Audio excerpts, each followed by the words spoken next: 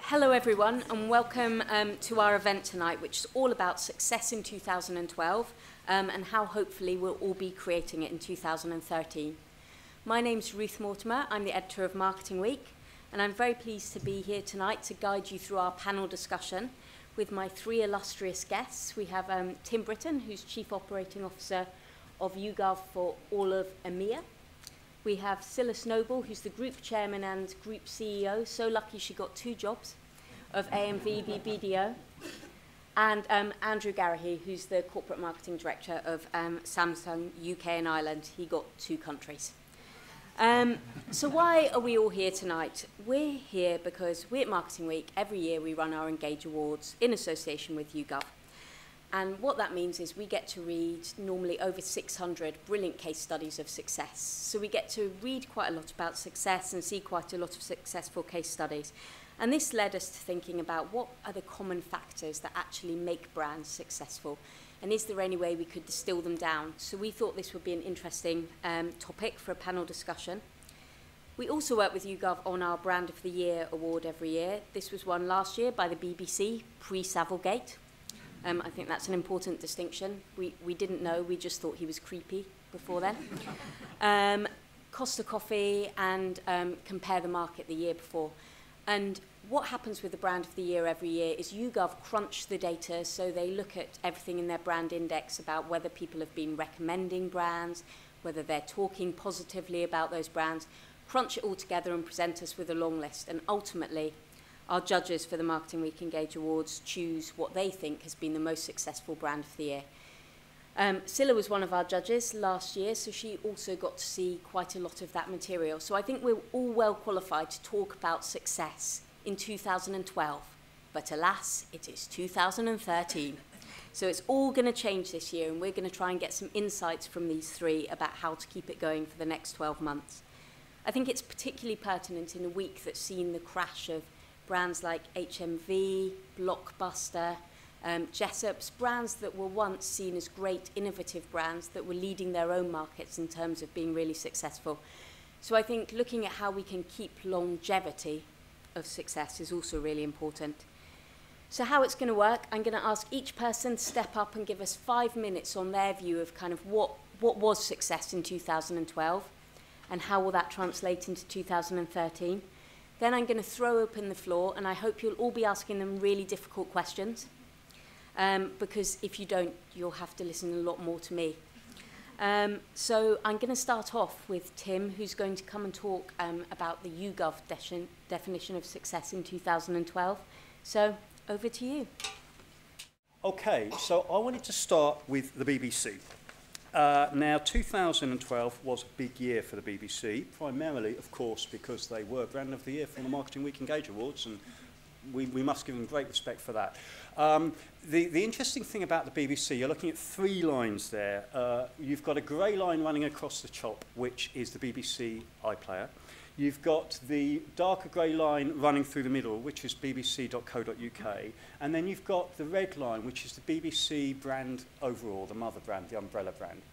And I think what's really interesting about this is when you look at, please click, there were obviously, as I was saying, it was a big year for the BBC for a number of different reasons. We start with the Diamond Jubilee, the coverage which was not received particularly well. Moving on to the Olympics, which was widely seen as a real high point for them. Then, of course, moving on to the whole Savile affair, which was less than good. But what do we take from this? You can see a dip for all of them around the Diamond Jubilee. You can see how they all get a lift from the Olympics. But really importantly, around the Savile scandal, yes, the BBC's positive rating is going right through the floor. But the iPlayer and .co.uk, in other words, the way that people are actually interacting with a brand, there is a lesser impact on it, particularly with the iPlayer.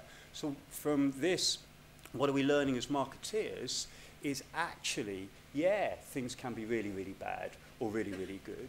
But I think there's a really interesting lesson here around brand equity and the different parts of your brand equity, and not everything is affected by the overall. It can be very bad or very good, but with the iPlayer and .co.uk to a larger extent, if you're delivering good service of a valued product day in, day out, it doesn't necessarily have the negative effect overall. And I think organisations can sometimes be prone to some quite overreaction to way things are going for both positive and for negative, without considering the more detailed parts of the brands that they're managing. I want to move on from that a little bit to consider another area in the tech space, which is, again, which direction should I be pointing this in? Again, something of a product story. So what we've got here is we're looking at the story of Apple and Samsung over the year. So you've got Apple as the grey line there, Samsung as the blue line. I'd point out, and I should say this isn't just because we've esteemed Andrew on the panel here, that it was the first year that Samsung overtook Apple in the brand ratings. And look, across the year as a whole, they both had quite an up and down ride. If you're looking at Apple, where it kind of goes up March, April time, that's around the launch of the iPad. You clearly see the Galaxy S3 launch, which is the first time the kind of the blue line goes takes a tick up. Samsung clearly had a good Olympics at the same time that Apple were having the negative impact of the anti-competitive claims. Samsung's brand took it down when there was the negative stuff about actually losing the lawsuit, but then came back very, very quickly. But I think what I find really interesting in all of this, with all of those ups and downs, fundamentally, what you've got in a brand of Samsung is a lot of good product innovation with good clever marketing around it, but focusing on what the value is to people that are using it every day, what the value is to our lives. And what you've got in iconic brands such as Apple, which is, you know, hitherto kind of pretty much kind of carries everything before it, is actually, it doesn't seem as resilient to some of the things that go on through the year, because they haven't got the day in, day out delivery, perhaps, that we saw that you see in Samsung, and we saw a moment ago with the BBC. So there's, for me, a bit of a common theme running through all of that, which is about if you're delivering the basic stuff well, that's going to be responded to as part of the valuation of your brand. And what I wanted to wrap up with is a bit of an old-fashioned tale, if you will, of good old Adland and the success that it can bring for us. This is John Lewis. This isn't actually just about 2012. This is going back, we've got 3 Christmas periods here, just about. You've got January 2011, so we're catching the tail end, and then 2 years. It's easier if you look at the graph like this, a kind of up, down, up, down, up, down, because what do? They put out a fantastic, good old, above-the-line ad at Christmas that we all go, ah, and it works. The sales follow through, and it carries them through. So, okay, I'm not saying they don't do anything else the rest of the year. Clearly they do. But there is something in there that they're getting enough momentum, they're seeing it through, people like it, and it results, as we've all seen, in the sales figures as well. So the lessons that I'm actually drawing from this, from 2012, is about sticking to your knitting. Those that do the basic stuff well have fared well. Those that concentrate on the stuff that they know they're good at, and they clearly communicate that, it shows through and people hear and they understand it. I think, as all of us in the kind of industry that we work in, there is always something new. To some extent, the problem that we've got is it's kind of our job to stay on top of the new stuff, pick up on the weak signals that are going to convert into something. But in actual fact, it's those that kind of just stick to the basics and do the basics well that are guaranteed a good measure of success. And so my recommendation for 2013 is that if you do the basics well and you're clear on what they are, you're not going to go too far wrong. Thanks for coming tonight on this freezing cold evening. Ruth's a very persuasive woman. She got me to be one of the judges for the Engage Awards, which she just sort of passed off earlier as only 600 entries. Imagine what that's like to judge them. And tonight I come to talk about lessons for 2013 from successful brands of 2012 and a look ahead. Well, we had an amazing year in 2012. And really, I think we've got already a sense of, oh, what's 2013 going to be? Is it going to be this empty 13 after the grand spectacle of 2012? It's been called Mill Pond Britton by the economists, who are saying this stagnant stillness created by low economic expectations. It's dank, it's cold, we're all detoxing, and it doesn't look or sound too cheery. Predictions are everywhere we look. You can't open a magazine or watch the telly without predictions, and only the most daft are grabbing our attention. According to Nostradamus, 2013 will see the start of World War III, the Pope fleeing from Rome, and a giant comet visible from Earth. The Evening Standard have already told us that 2013 will be the year of the cardigan, and the Seattle magazine says it's the year of the pickle. But I'm sticking to predictions from Psychic Nikki, a medium on Canadian radio, who last year predicted poor old Whitney Houston's demise. And this year, according to Psychic Nikki, Justin Bieber, Susan Boyle and Shania Twain need to watch out. So this time next year, you can call me to account. Last year was the year of the dragon, a time for adventure and boldness, and this year it's the year of the snake, a time for astute observation and deft action. So what can we learn from the adventures and boldness of 2012 that can be observed astutely and applied deftly in 2013? More observations and actions and applications from our AMV experience than can be condensed into 5 minutes. But I'll have a go at summarising some of the key successes and lessons, and hopefully this will stimulate some debate for our discussion later on. We had a busy Olympics year with our clients.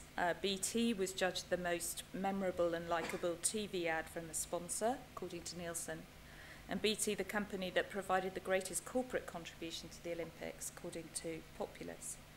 Camelot saw the highest leap in reputation and impression metrics on the brand index Buzz. Sainsbury's had the highest awareness of for a domestic Paralympic sponsor. And EDF Energy, the highest awareness of a domestic sponsor, according to Ipsos. So our clients were very busy. But the insight for 2013, I think, for all those clients, isn't just the legacy of sport and what was achieved in 2012. It's that brand value plus brand values are the new deal with the consumer, and they equal trust. And I think we saw some of that in Tim's presentation. We've used a line for our Sainsbury's advertising in some of our Sainsbury's CSR advertising, which says our values make us different. And I think that's bigger than a line for Sainsbury's. I think companies are being defined by their values as well as by their achievements.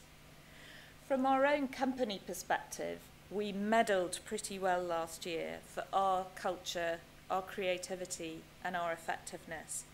Of course, we always beat ourselves up that we could have done better, but there are lessons in the awards that we collected.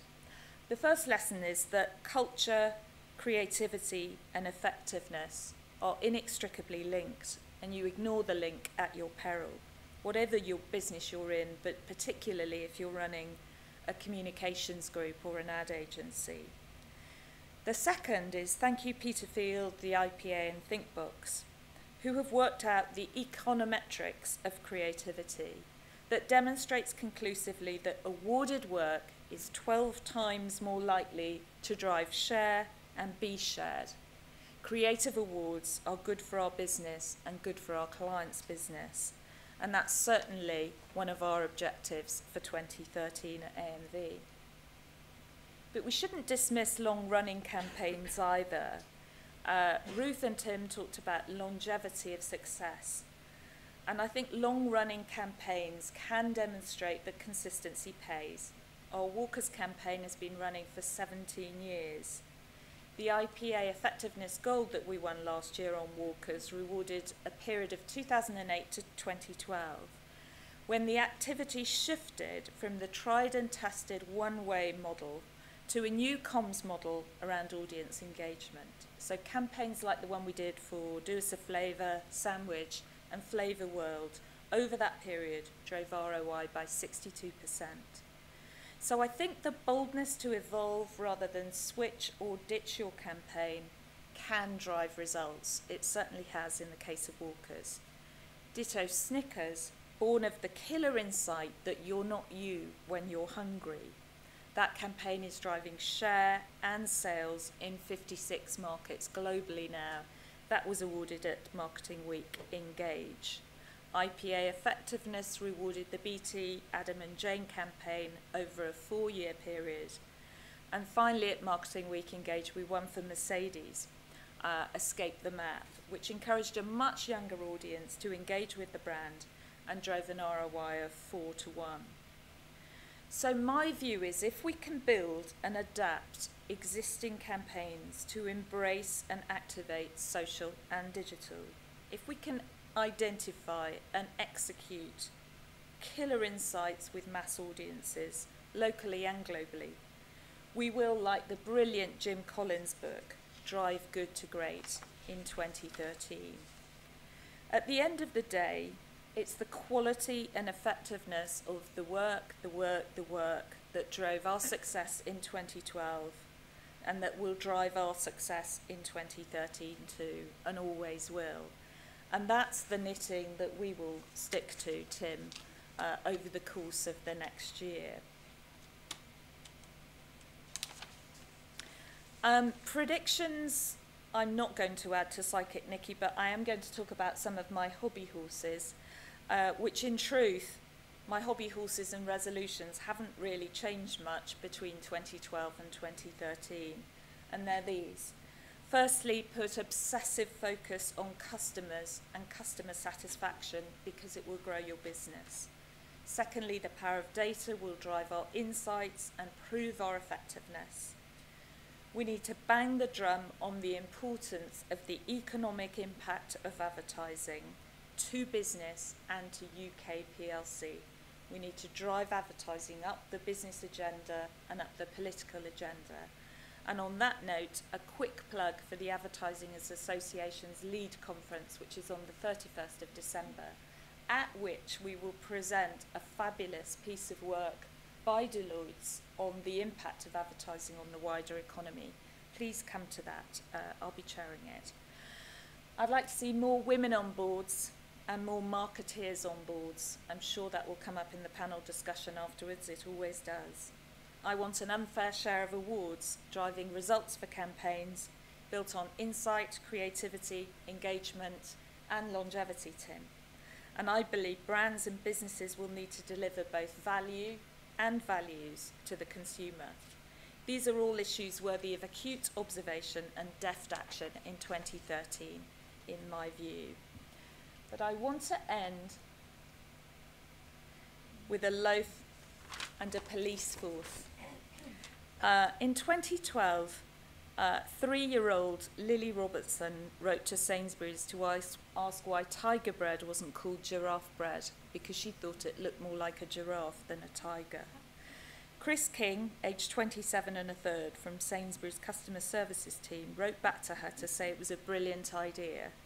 And Sainsbury's then officially changed the name of the product in store to giraffe bread. And what brilliant customer service that was. Brilliant because it was fast, it was simple, it was authentic, it was private, it was personalised. But it rapidly, because of its quality and immediacy, went public, and a great accolade for both Sainsbury's and endorsement of brilliant customer service. And I want to end with my favourite piece of creative work from 2013 so far. And remarkably, it's from the Solihull Police Twitter account. This is creative work. This is real work from the Solihull Police force. I'm going to read them out. These are real tweets. Anyone lost a huge amount of cannabis in the Chelmsley Wood area? Don't panic, we found it. Please come to the police station to collect it. Secondly, not a scam. If you've committed a burglary in the Solihull area within the last week, come to our police station and claim a free iPad. And finally, and through it all, we offer you protection, a lot of love and affection.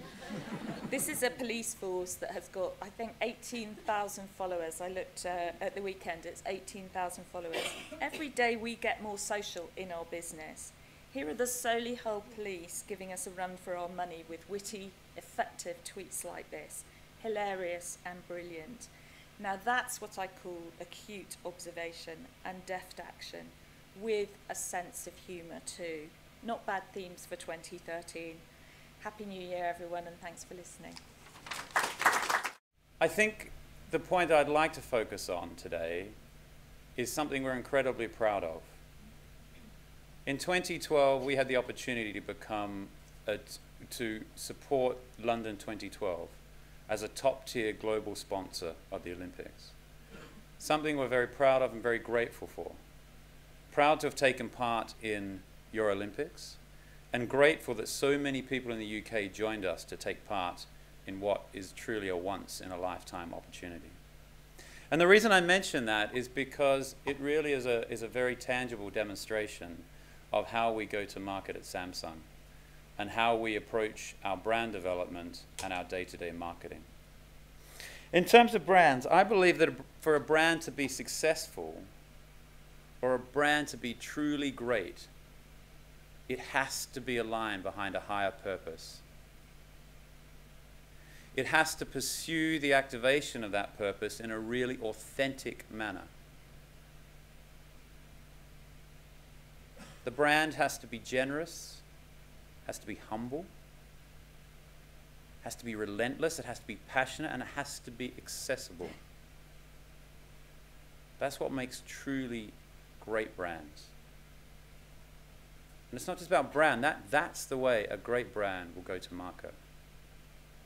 Now at Samsung, we have a purpose. We are absolutely committed to accelerating discoveries and possibilities. We relentlessly pursue new discoveries. Discoveries that we turn into innovations for everybody, not just a chosen few.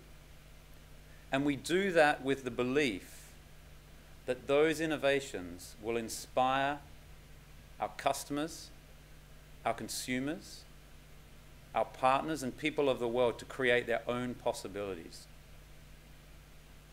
That's our purpose.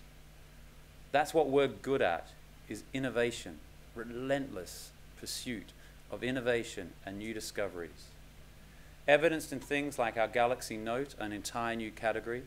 Evidenced in our Galaxy camera, the best of SLR cameras with the best of Android. Entire new categories that open up new possibilities for anyone that they touch. But it's not just about our products. Our products are critical to our success. That's the heart of what we do. It's also about the way we take that to market, the way we operate in the communities that we have the privilege of operating in around the world. And I want to share with you now a quick film around our Olympic activation, because I think it's a really nice demonstration of how we've tried to bring that ideal to life, above and beyond what we just do with product. So I'm going to hand over to that film, if we can play the film.